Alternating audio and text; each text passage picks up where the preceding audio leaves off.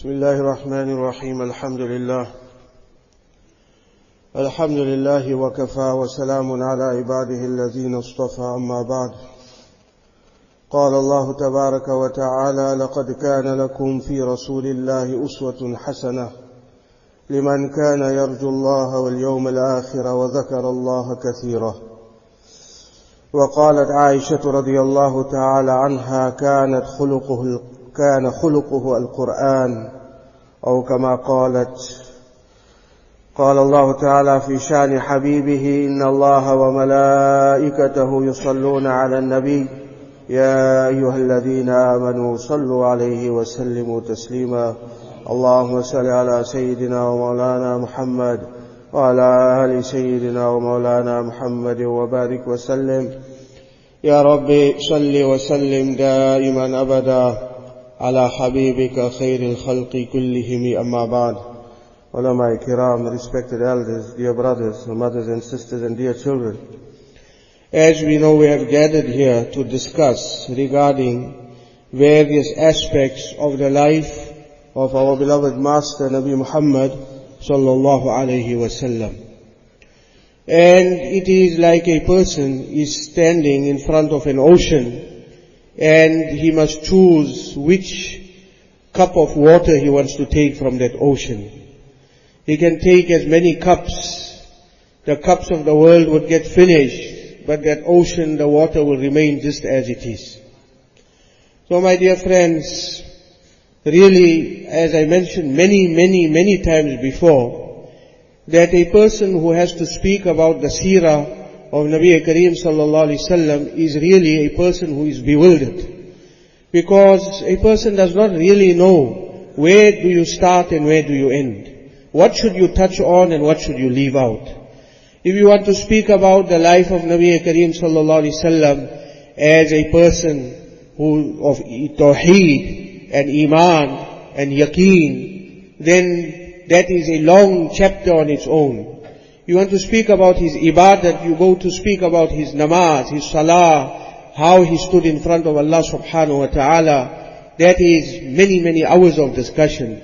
You want to speak about his fasting. You want to speak about his charitable nature. You want to speak about how he was attached to the Baytullah. You want to speak about his life as a father. You want to speak about him, how he was as a son to his foster mother, how he was as a brother to his foster sister, how he was as a husband to his wives, how he was as a friend to his friends, how he was as a teacher to his students.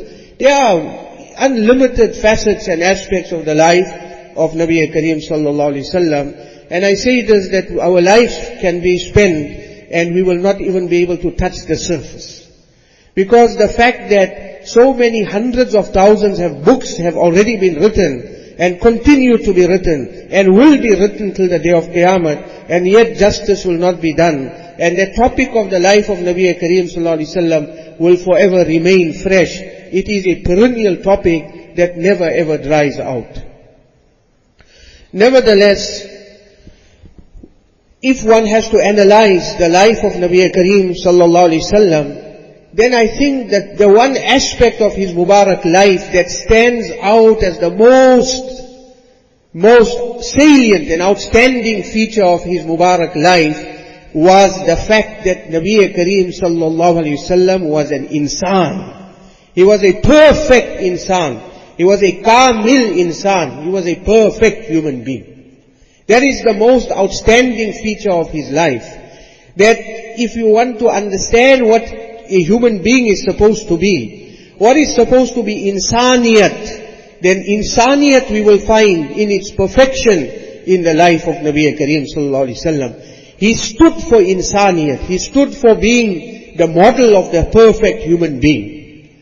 Like that, it is easy for a person to be anything. One great wali of Allah, great alim and shaykh, he used to say to the people who used to come to him for the Islah and Tarbiyah and so forth, he used to say to them, Bhai, agar wali banna hai to kahi chale jao, agar alim banna hai to kahi chale jao, mujahid banna hai to kahi chale jao, अगर तुमको सूफी बनना है तो कहीं चले जाओ, लेकिन अगर इंसान बनना है तो मेरे पास आओ. You want to become a Sufi and generous man and Haji Saab and whatever other aspects of your life, you can go wherever you want. But if you want to become insan, then come here, because that great personality used to be a person who used to really make tremendous amount of islah of people and taught the people the true meaning of insaniyat. And he used to also say, sabse mushkil kaam insan banna hai. The most difficult work in this world is to become insan. And that was what Nabi Kareem sallallahu alayhi wasallam was. He was a perfect, kamil, complete human being. And anyone who endeavors and strives to become that, then we will say that he is endeavoring to come onto the Sunnah of Nabi Muhammad sallallahu alayhi wasallam.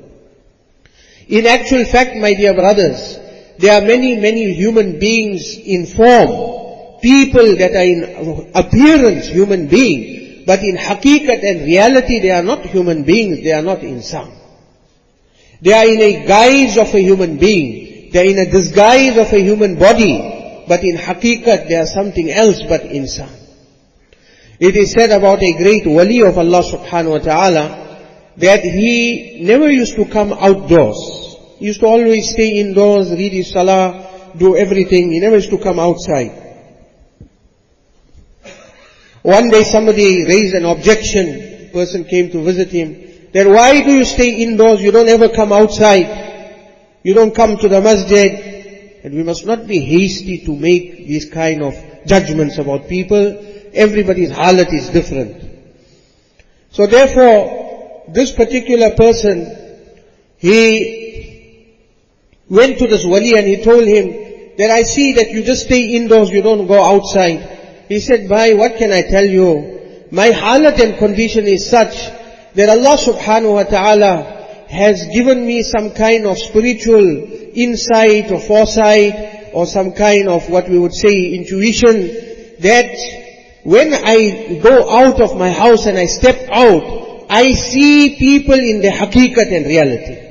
I see people in the haqiqat and reality, and that is what upsets me so much. Therefore I prefer to stay indoors where I don't have to see anybody. So that person was still skeptical. He was not willing to believe what this wali of Allah was saying. So that wali of Allah told him, look, what you do is I'm going to put my topi on your head, and you just take a walk around the block in the marketplace and come back and tell me what you saw. When he wore the hat, the topi of that wali, and he took a walk in the marketplace, in few minutes he came running back and he said, Hazrat, please take your topi, I can't wear this topi. What happened?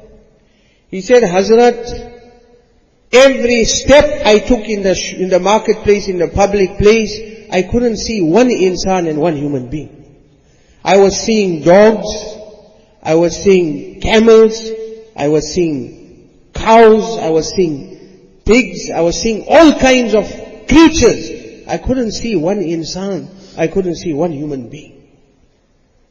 That wali told him that this is exactly what I've been trying to tell you. This is what I've been trying to tell you from the word go, that this is the reason why I don't come out, because I'm seeing haqiqi, the haqiqat of people. Allah subhanahu wa ta'ala make us insan in the true sense of the word. That our surat and our sirat, our form, outward, and our inside must be that of an insan, of a human being. We find, my dear friends, when it came to Nabi Kareem sallallahu alayhi wasallam's, as I say, he was a perfect human being. His complete life, if you have to study, every aspect, when he was at home, he was a perfect human being. At home, he wasn't acting like a Sufi. There he didn't act like some kind of a great Nabi, or like some kind of a great wali, or some kind of a saintly personality, that he enters the home and he's making tasbih loudly, and everybody in the house must be afraid of his coming, and he's shouting and squealing and complaining about this and that. Nabi Kareem sallallahu alayhi wasallam, in his house, he was a perfect human being. When he entered his home, there was only laughter, there was smiles, there was happiness. He lived a complete normal life at home. When he was at home, what was he doing at home? Hazrat Salma radiallahu ta'ala anha was asked the question that, can you tell us what was the domestic life or the private life of Nabi Kareem sallallahu alayhi wasallam when he used to be at home, what he used to do? We would expect that, he was on the musalla the whole time, and he was completely cut off from his family, and there was no time for any discussions or talk, and there was no attachment with anything in the house, and he sat in one corner on one musalla, and he was only making zikr and dua and namazes, but not at all. Nabi Kareem sallallahu alayhi wasallam had time for that, but at the same time at home, he was a normal human being. She said, كَانَ فِي مَهْنَةِ أَهْلِهِ. Nabi sallallahu alayhi wasallam used to be assisting his wives in the domestic chores at home. There at home, he used to be helping them. If something had to be done in the house, he would do it. If any assistance was needed, he was willing to render that assistance. And he was not a person that today we find the situation is such that a person finds it difficult to pick up one plate, to pick up one teaspoon, to do one little thing for himself in the house. That no matter what, no matter how tired his wife is, no matter how exhausted she is, no matter how sick she may be, but he is adamant that no, you will get up and you'll make my cup of tea. You will get up and you will make this and that for me because I'm hungry. You will get up and go and get that glass of water because I'm thirsty. Wala hawla wala quwwata illa billah. That is not that insaniyat. That is not the example of Nabi Muhammad sallallahu alaihi wasallam's life. I have dealt with people's matters, trying to help out. And it is shocking, my dear friends. Sometimes what you hear, that the husband is lying on the bed. In the middle of the night, he'll get his wife up. I'm thirsty, get water. Ya Allah, the poor woman is in a deep sleep. She's fast asleep. She's tired. She's also insan. She's also a human being. She's exhausted. She's doing her day's work. There may be children involved. No, he wants her to be at his beck and call, like some kind of a slave or servant. Get up, get some water, I'm thirsty. That is not insaniyat. Nabi Kareem sallallahu alayhi wasallam lived in his home in such a way that he was no burden to anyone. He hardly had anything to eat in the first place. There was nothing really to eat. What life of austerity, what life of asceticism, what life of simplicity he led, that is beyond our imagination. Ra'ayna al-hilal, thumma ra'ayna al-hilal, thumma ra'ayna al-hilal.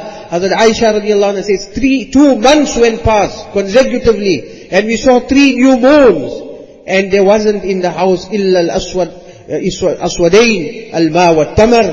There was nothing to eat in the house but dates and water. That is all.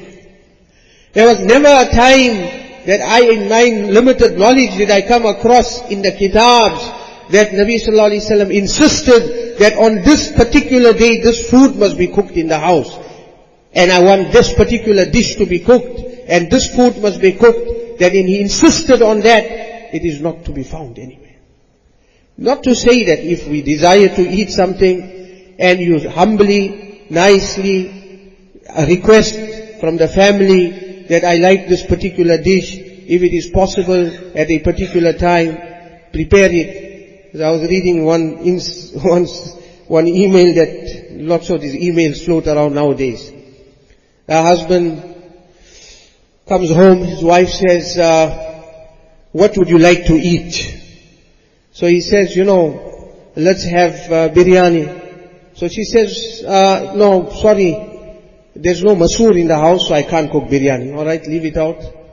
Then make, say, another rice dish. She said, actually, looking, I didn't realize that we ran out of rice. Okay, then make, say, steak curry. So she said, no, you know what, that by the time the meat is going to thaw out, it will take so much of time that even your hunger will go by then. So then he said, okay, then why don't you just make some veggies? He said, no, at the moment, I got no veggies in the house, and by the time we go and buy it and come back, it'll get late, and then it won't be time to eat. And he said, okay, then just make some sandwiches. He said, but just yesterday we had sandwiches, or last week we had sandwiches, what are we going to eat sandwiches again? So now he doesn't know what to say. Then she asked him, what would you like to eat? Can you just tell me? And the poor man is completely lost. Everything he's suggesting, there isn't that available, or it's not possible, and so forth. But here we find that Nabi Kareem sallallahu alayhi wasallam never ever insisted on anything. There was nothing that he wished or desired particularly to eat, because he lived such a life in this world that the things of this world was a necessity. It was not a luxury. It was not something that he lived for, that he craved for, he desired for. Nevertheless, then also, they say that when Nabi sallallahu alaihi wasallam used to be at home, he used to do his own domestic chores, his own things with regards to his own needs. If there was some clothing that needed to be mended, if there was something that was broken, he would fix it and so forth. And he made himself useful in the house. He spent his time constructively in the house. He made himself useful. He made himself helpful to the ladies in the house as well, that he would be there to assist them in their work. Today many a men find it below their dignity. How can I pick up a spoon? How can I pick up a plate? How can I wash a dish? How can I make myself a cup of tea? How can I make my own breakfast? Or sometimes if I'm hungry, how can I just look around, scratch around and see what they used to eat, put it in the microwave, warm it and eat? No. Somebody has to do it for me. Because I am the king of this castle. I am the king of this castle. I am the boss here. So there must be somebody to do it for me. Yes, of course, that wife who does the khidmat of the husband, that wife who looks forward to be of service to her husband, and she desires that I want to do something to make my husband happy. I want to prepare something for him that will please him. They say the easiest way into a man's heart is through his stomach. That is why it is a standard sunnat of the community that when the girl gets married, like it's not leave alone sunnat, it's almost like wajib or farz, that the copy of the Indian delight has to be given to her. Because that is like her little kitab that she needs there all the time. Consult it. So by all means, that wife who prepares food for her husband, looks at it as an act of khidmat, looks at it as an act of ibadat, then that is really an act of kindness, an act of ihsan from her. And she will do it from her heart.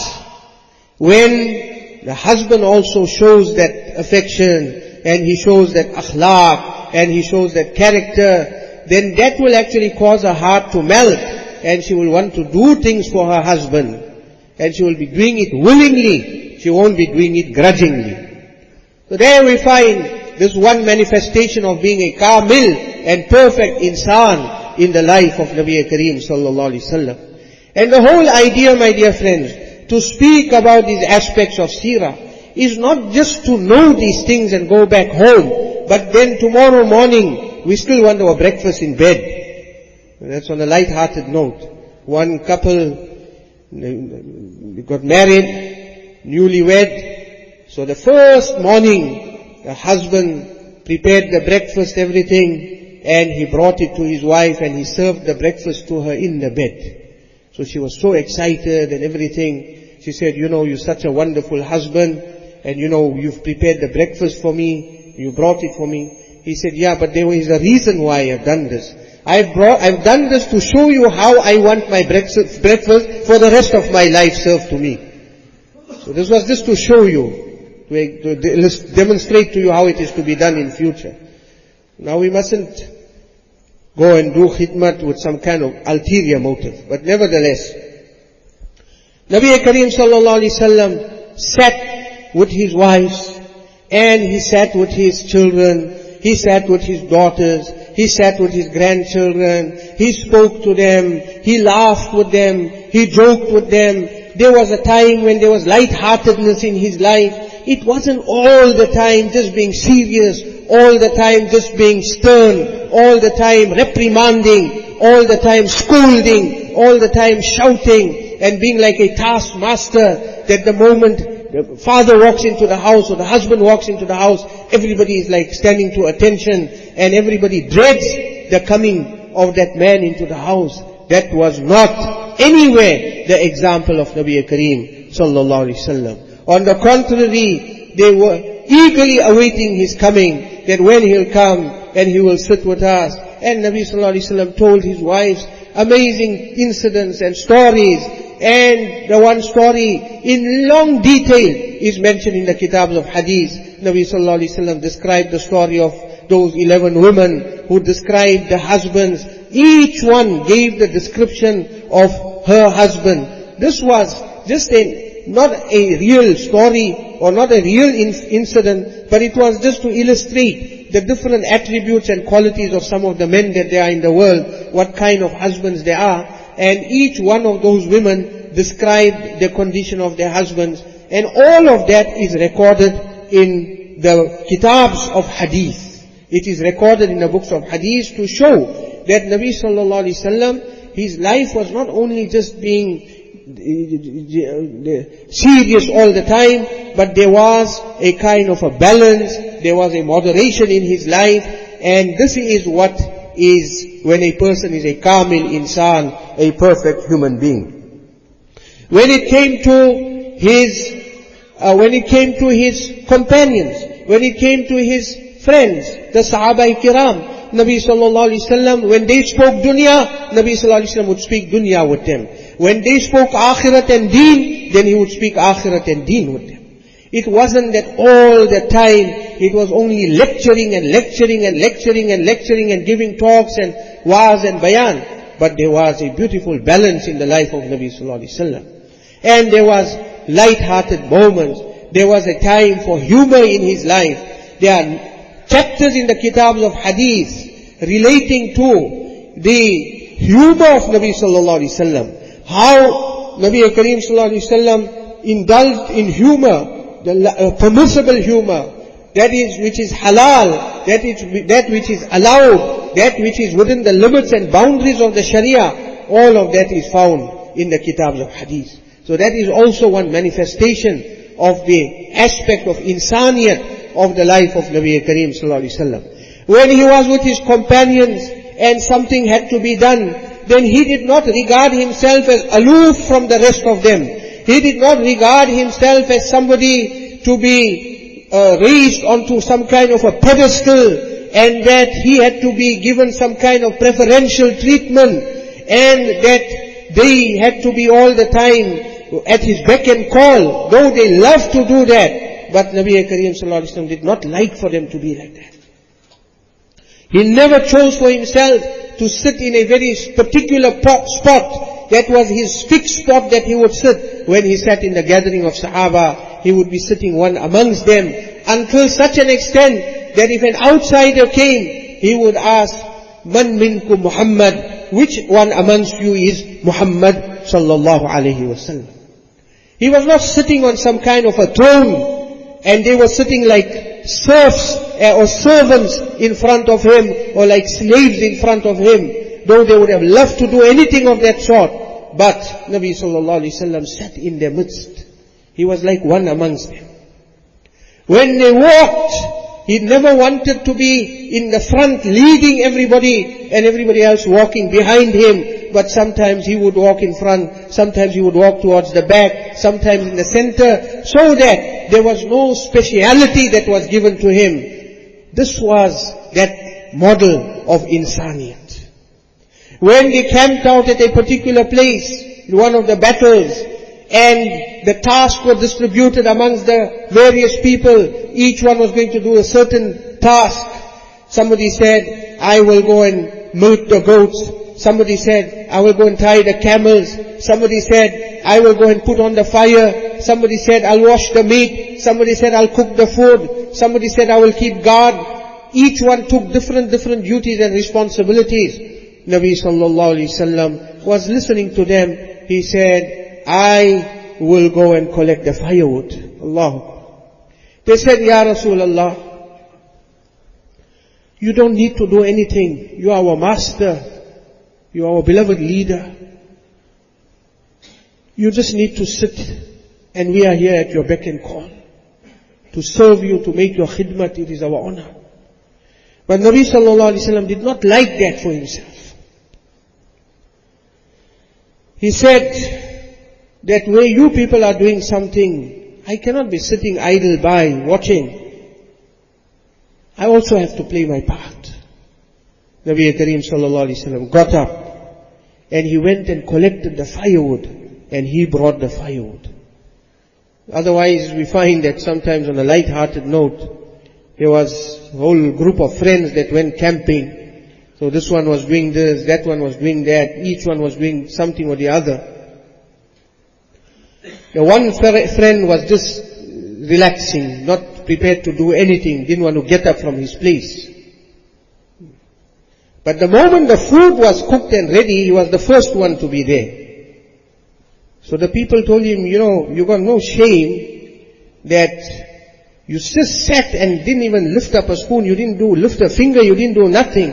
He said, I felt ashamed really later on, and I felt that at least one place I must be in the front to do something. So when the food is being served, rather let me be there first. So that is the kind of shame some people have. But there we find the Nabi Kareem sallallahu alayhi wasallam was there with his companions. He never kept himself aloof from them. Yet they loved him so much. Urwa bin Mas'ud Thaqafi, later on he became Muslim, radiyallahu ta'ala anhu. What does he say? Allahu Akbar.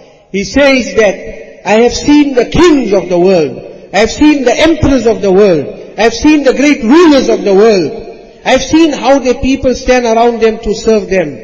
But I have never ever seen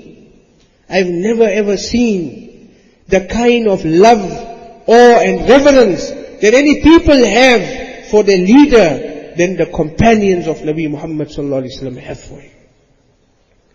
When he made wuzu, they would not even let one drop of his Mubarak water fall to the ground. They would fight with each other to grab that drops of water, to rub that on their faces and their bodies, to take the barakah of his Mubarak body. When he would, anything he would do, they would be right there wanting to take the barakah and blessings. Sulaym radiallahu ta'ala anha, the mother of Anas radiallahu ta'ala anha, that lady who used to love to serve Nabi Kareem sallallahu alayhi wasallam, and Nabi Kareem sallallahu alayhi wasallam used to sometimes go and rest at her house in the afternoon, and she would lay down a special leather sheet that she had preserved for the rest of Nabi sallallahu alaihi wasallam and for his resting and relaxing. Then when he would sleep there and his Mubarak perspiration would roll from his body, Sulaym would quietly take that perspiration and she would not allow one drop of it to get wasted. She would take that perspiration and fill it in a little bottle. And that was the perfume that was given to the brides of Medina on their first nights.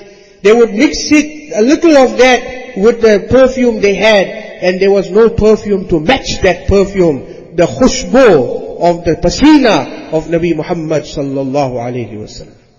They didn't even let his perspiration get lost. They didn't let his Mubarak hair, not one hair of his, they would like it to get lost. When his hair had to be cut, like at the time of Hajj, Nabi sallallahu alaihi wasallam himself distributed the hair Mubarak, Baal Mubarak amongst the Sahaba Kiram, and each one of them tried to take as much of it as they could. His Nahur Mubarak, his nails, they took whatever each one was fighting to have. When Hazrat Muawiyah radiyallahu ta'ala anhu passed away, he had in his possession some of the Mubarak hair of Nabi Kareem sallallahu alaihi wasallam. He made wasiyat that bury me and put inside my kafan this Mubarak hair of my Rasul sallallahu alaihi wasallam. Perhaps Allah subhanahu wa ta'ala will make my maghfirat through that Mubarak baal of my Rasul sallallahu alaihi wasallam. This was the kind of reverence and love they had for him. There are those people who, mashallah, till today, there are certain people who have the Baal Mubarak. Not everyone has got the authentic one. But we cannot say which is authentic and which is not. Therefore, reverence should be shown to anyone who says that he has got Baal Mubarak. Allah knows best. In Turkey, when we went now, Topkapi Museum, they've got various little containers in which they have the Baal Mubarak of Nabi Kareem sallallahu alaihi wasallam. It is to be seen in the various containers. In Kashmir, in Srinagar, there is a masjid on the lakes, the Dal Lake of Kashmir. On the shore of the lake, there is a huge masjid. The name of that masjid is Hazrat Baal. Hazrat Baal is the name of that masjid, and it is called that because they claim that they have in their possession there one of the hair Mubarak of Nabi Kareem sallallahu alaihi wasallam. Those people who have the authentic Baal Mubarak, subhanallah, you go to smell and you get such a fragrance, and the person who has that will swear in Allah's name that I haven't put one drop of itar in years or in my whole life, but yet when you open it, subhanallah, you get a most beautiful fragrance emanating from there. And to such an extent, my dear friends, that one instance, a person who didn't have the proper Sunnah beard, he was shaving his beard, and the Baal Mubarak was brought out. It is said the Baal Mubarak went away inside and did not come out because this person was not worthy of making ziyarat of that Baal Mubarak. Allah Ta'ala give us tawfiq to bring alive the various aspects of the Sunnah of Nabi Kareem sallallahu alaihi wasallam. At least before we leave this world and before we die, let us become living examples of the Sunnah of Nabi sallallahu alaihi wasallam. तेरे महबूब की या रब शबाहत लेके आया हूँ, हकीकत उसको कर दे मैं सूरत लेके आया हूँ. Khaja Sahab Rahmatullah alayhi gives this beautiful poetry, and he says that, oh Allah, I have not been able to imitate or emulate the heart and the batin and the inner aspect of the life of Nabi sallallahu alaihi wasallam because I am too weak. But at least the outer aspect of his Mubarak life, his appearance, his form, his beautiful Mubarak flowing beard, which is described very clearly in the hadith of Nabi sallallahu alaihi wasallam, that his beard used to be of a certain dimension, and it used to be very full, and it had a certain length. All that is described clearly in the Hadith Sharif. And he says that I could not imitate the inner aspect of his life, but I have come at least with the outer aspects of his life, at least my outward appearance, insofar as my beard, insofar as my dress, insofar as my appearance is concerned, I have tried to make it conform with the outward appearance of Nabi sallallahu alaihi wasallam, as I have read in the books, in the kitabs.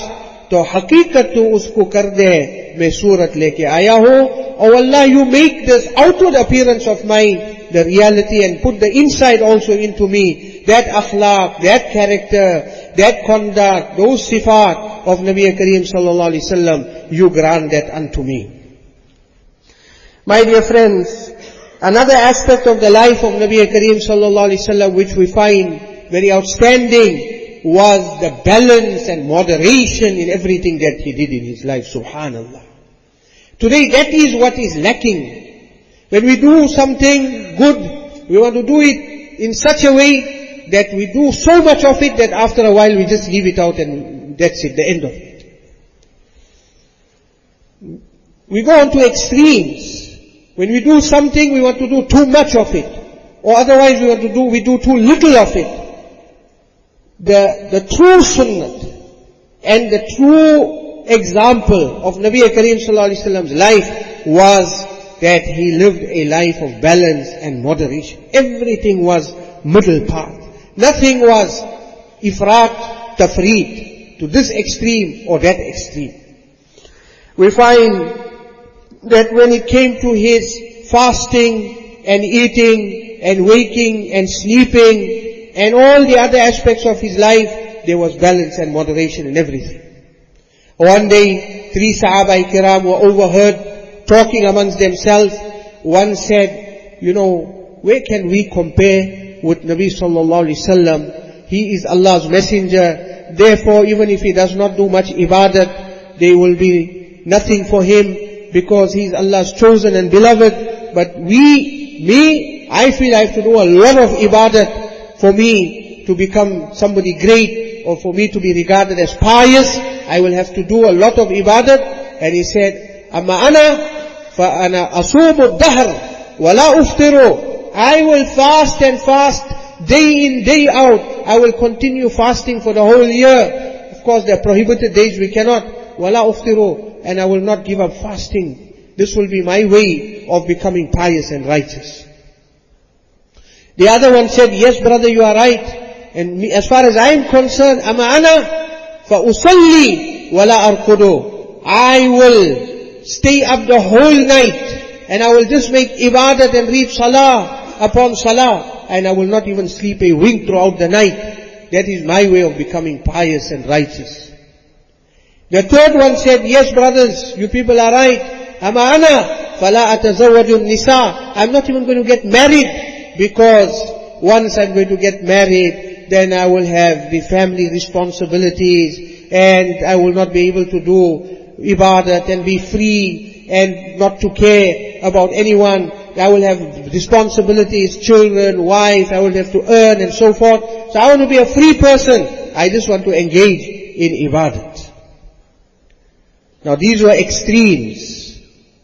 Nabi Kareem sallallahu alaihi wasallam was informed about this conversation of these 3 Sahaba kiram. So he sent a message and he called for them and he said, I hear that there was some conversation and I believe you people said like this, that you will not sleep at all and you'll stay up the whole night and you will fast and you will not give up fasting and you will not get married. They said, Ya Rasulullah, it is true. And who could hide? Who could ever hide anything from Nabi Kareem sallallahu alaihi wasallam? If the people in the world, on the earth thought they're going to hide from him, Allah subhanahu wa ta'ala would immediately send down the message from the sky through Jibreel alayhi salam. And the wahi would come to him. And no secret could be kept a secret from Nabi Kareem sallallahu alaihi wasallam. Immediately he would be informed. So we find that here now, Nabi sallallahu alaihi wasallam, these 3 Sahaba are sitting there. Nabi sallallahu alaihi wasallam addresses them and says to them, listen carefully, listen attentively. Amma ana, as far as I am concerned, fa ana uftiru, ana asumu wa uftiru. I will fast at certain times, and certain times I will not fast. Wa usalli wa arqudu. I will read salah in certain parts of the night, and certain types of the parts of the night I will go to sleep. Wa atazawwaju nisa. I will marry women, and I will have a family, and I will be a family person. Because this is that balance and moderation that Nabi Kareem sallallahu alaihi wasallam wanted for his ummah. He did not want we must become hermits and monks and go into monasteries and monasticism and cut ourselves off from this world and this is not Deenul Islam. That is Christianity. They went and cut themselves off from the world and went into caves and mountain tops and distanced themselves and they refused to marry. Those who, men, they refused to marry. Women became nuns, they refused to marry. But then after that, if you lift up that veil and you lift up the curtain, then the biggest evil and the biggest sin that has been committed are by these people. If you open their files and you open their facts and reality, then you will find that these people who are so-called celibates, and they keep themselves away from marriage, and they keep themselves, so to say, chaste, they are the most unchaste people. That's the fact and reality. Why? The simple reason, because they're leading an unnatural way of life. That's not how Allah made the human being. That's not how Allah made Hazrat Insan. Hazrat Insan was not made in this way that he must be cut off and aloof. But Allah subhanahu wa ta'ala wants that there must be balance and moderation in everything that we do. Nabi sallallahu alayhi wasallam said, ana fa'atazawwaju an-nisa faman raghiba an sunnati falaysa minni. Or kama qala alayhi salam. It is there at that time that Nabi sallallahu alayhi wasallam mentioned these famous words, that faman raghiba an sunnati falaysa minni. He who turns away from my sunnah is not from me. That was mentioned in the context of this incident. Normally we find in a nikah khutbah, this hadith is quoted towards the end, that an-nikahu min sunnati, faman raghiba an sunnati falaysa minni. The khatib reads that at the end. That is actually that part of the hadith, that last part, doesn't belong to the first part. These are two separate hadiths. Nabi sallallahu alayhi wasallam did say an-nikahu min sunnati, but he didn't say in the same breath faman raghiba an sunnati falaysa minni. That's a separate hadith. This is a separate hadith. These are two separate hadiths. And that hadith where he said that he who turns away from my sunnah is not from me, it refers to these aspects of his life, that you don't have balance, you don't have moderation in your life, then you are not on the sunnah. And if you are not on the sunnah, then Nabi sallallahu alayhi wasallam said, you are not of me. So Allah Ta'ala make us muttabi sunnah, and those who follow the sunnah in the true sense, in every aspect of our life. So here we find that Nabi sallallahu alayhi wasallam, there was this aspect of balance and moderation. I will conclude on one last aspect of his Mubarak life. Nabi sallallahu alayhi wasallam led a life that he was the most clean-hearted person in the world. He did not harbor any kind of malice, any kind of ill feeling, any kind of bad thought, any kind of su'azan, any kind of suspicion about anyone in his heart. He kept his heart spotlessly clean, like an absolutely white sheet, or like a mirror, that there was absolutely no dirt, no malice, no ill feelings in his heart with regard to anyone in this world. And he referred to this, inna hadhihi min sunnati. This is my sunnah. Today, unfortunately, my dear friends, we talk about sunnah, we only think of sunnah as the sunnah of eating. That is number one.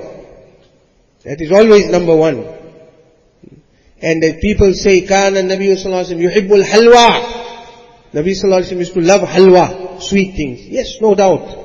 He did like sweet things. But how much of sweet things were available for him to eat in his whole life? Once in a while, some sweet thing used to be available.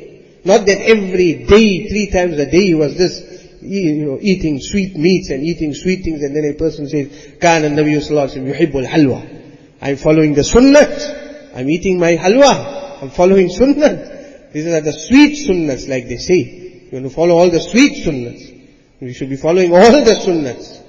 Every sunnah is sweet. But yes, unfortunately, our palates have become so corrupted that we don't know what is supposed to be sweet and what is not supposed to be sweet. There we find, my dear friends, that Nabi sallallahu alayhi wa sallam refers to this clean-heartedness, inna hadhihi min sunnati. Ya bunayya, in qadarta an tusbiha wa tumsiya wa laysa fi qalbika ghashun li ahadin faf'al inna hadhihi min sunnati. Faman ahabba sunnati kana ma'iya fil jannah, or kama qala alayhi salam. Nabi Kareem sallallahu alayhi wa sallam mentioned to Hazrat Anas radiallahu ta'ala anhu, that trusted companion, that Anas who stayed with him for 10 years of his life. As a little boy at the age of 8, his mother gave him in the sohbat of Nabi sallallahu alayhi wa sallam and his khidmat. And he said, she said, this son of mine, Ya Rasulullah, I'm making him work. He will be your helper. He will be your khadim. He will be your assistant. He will be your aid. He will do whatever work you want him to do. And he will stay with you. what a blessed mother that was, what a blessed son that was, how fortunate that mother, how fortunate that son. Wallahi al-Azim, my dear friends, that Anas radiallahu ta'ala anhu took those du'as of Nabi sallallahu alayhi wasallam that it boggles our mind. Nabi sallallahu alayhi wasallam gave him 3 du'as. May Allah give you a long life. May Allah give you a lot of wealth. May Allah give you a lot of progeny. And it is said that he lived up to the age of 120 years. And when it came to children, he says, I have buried more than 100 children with my own hands. Can you imagine what were the number of children that he had? And when it came to wealth, in the seasons, normally one season in the year in which the dates used to be born and they used to be available. But when it came to his date trees, 2 seasons a year, double season. Allah gave him abundance of wealth. Allah gave him abundance of children. And Allah Ta'ala gave him a long lifespan. This was the barakat of making the khidmat of Nabi Kareem sallallahu alayhi wasallam. What a wise mother. What a fortunate mother and what a fortunate son. That same Anas radiallahu ta'ala anhu says, I served Nabi Kareem sallallahu alayhi wasallam for 10 years of my life. Not once did he say, why you did like this or why you didn't do like that. For 10 years, in the 10 years, Nabi Kareem sallallahu alayhi wasallam never reprimanded him, was never harsh to him, why you did like this or why didn't you do like that. Where in the world or where in the universe can a person find that degree of akhlaq? Wallahi, we don't even have that kind of akhlaq with our children who we claim to love or we should be loving. We don't have that akhlaq with our own children. And this was not even Nabi Kareem sallallahu alayhi wasallam's own son. He was just a khadim given to him to help him. But in that 10 years, from the time of his tender age, till the time he was 18 years old when Nabi Kareem sallallahu alayhi wasallam passed away, never did Nabi sallallahu alayhi wasallam ever reprimand him, shout at him, or say to him, why like this and why not like that. Complete sukoon, itminan, muhabbat, love, shafqat, kindness. Today's zamana and age, my dear friends, the father and mother don't have that kind of shafqat for their own children. And how the children are handled, and how they have been spoken to, and how they have been treated, as a result of which those children become distant from their own parents. And when they grow up with a vengeance, they grow up with a hatred, they grow up with some kind of a detestation, that they don't want to obey, they want to rebel, and so forth. Why? Because the parents didn't have it in them to show the proper Islamic akhlaq. If they followed the example of Nabi sallallahu alayhi wasallam, that would not have been the situation. That father came and complained to Sayyidina Umar.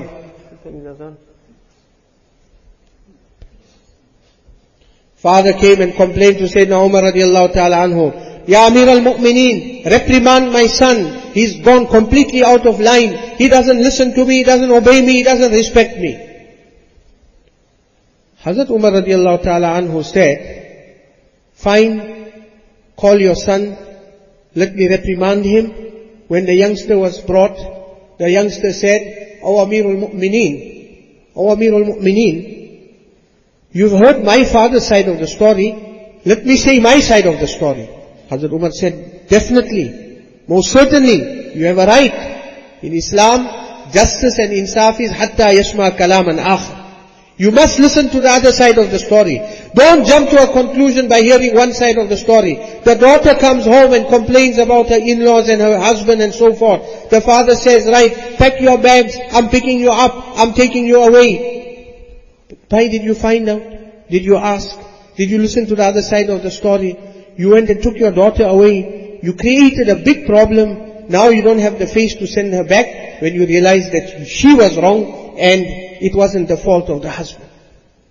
This is all because we don't follow Islamic guidance and principles. Hatta yashma kalaman akhar. You have to hear 2 sides of the story.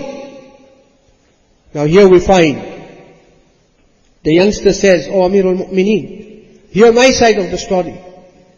Because there's always 2 sides of the story. Even if a father is complaining bitterly about his children, there has to be another side of the story. Sometimes the children will be wrong, but sometimes not always the children are wrong. The father may be wrong too. Like in this instance, Hazrat Umar says, go ahead son, tell us what is the problem. He says, oh Amirul Mu'mineen, my father married a woman of very low morals. And he didn't even marry a good woman. So I was born of such a mother that who was not able to make my tarbiyah and give me a good upbringing. That's the first mistake that he made. Hazrat Umar said, you are right. Second thing, he didn't even give me a good name. He gave me a very bad name. Now the effect of that name is on me. Hazrat Umar told him, yes, you are correct what you are saying.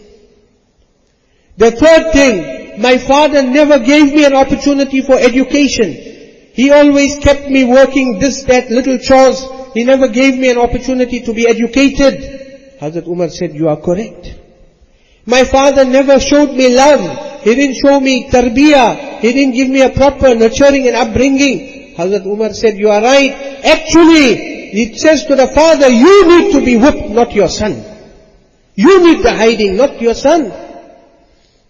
So my dear friends, the examples of Nabi Kareem sallallahu alaihi wasallam, Mubarak life. Now the same, just to conclude, Hazrat Anas radiallahu ta'ala anhu says, that Nabi sallallahu alaihi wasallam said, Ya bunayya, oh my son, if you can help it, that let your morning and night go past in such a way that your heart is clean. You've got no malice against anyone.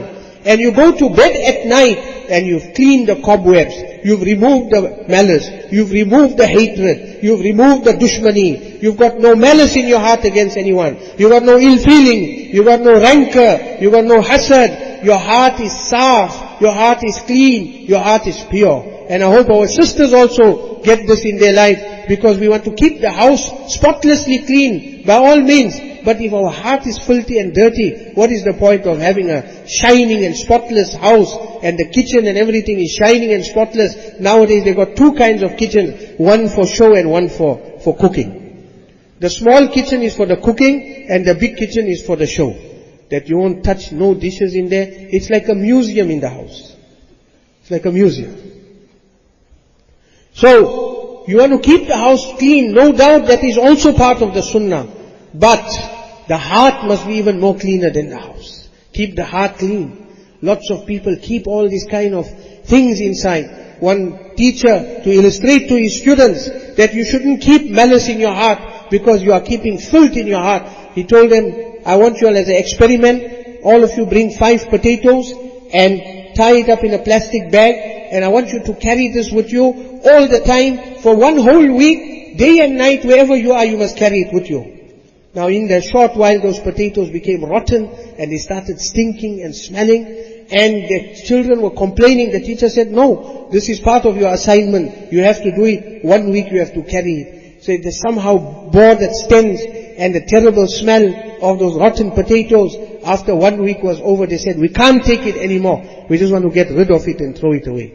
The teacher told them, learn from this example now. I wanted to illustrate to you practically that you couldn't carry some rotten potatoes around you because of the stench.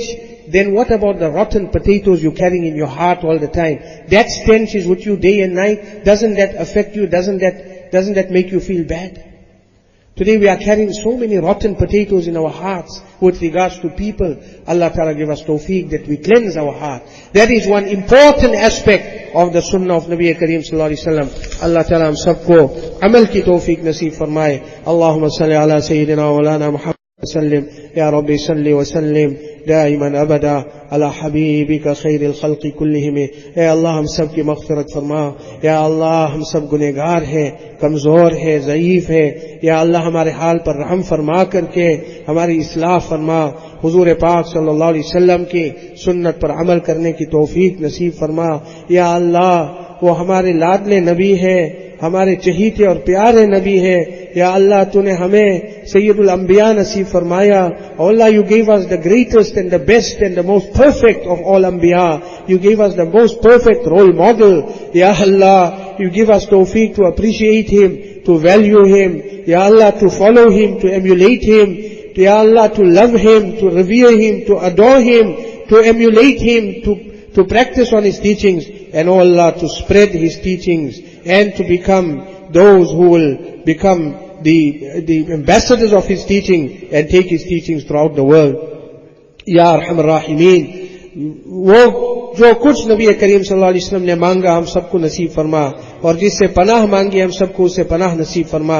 अल्लाहुम्मा इन्ना नसअलुका मिन कुल्लि खैर मा सअलका मिन्हु नबियुना मुहम्मद सल्लल्लाहु अलैहि वसल्लम व नऊज़ु बिका मिन कुल्लि शर्र मा इस्तआज़ मिन्हु नबियुना मुहम्मद सल्लल्लाहु अलैहि वसल्लम व अंतल मुस्तआन व अलैकल बलाग व ला हौला व ला कुव्वता इल्ला बिल्लाह बिरहमतिका या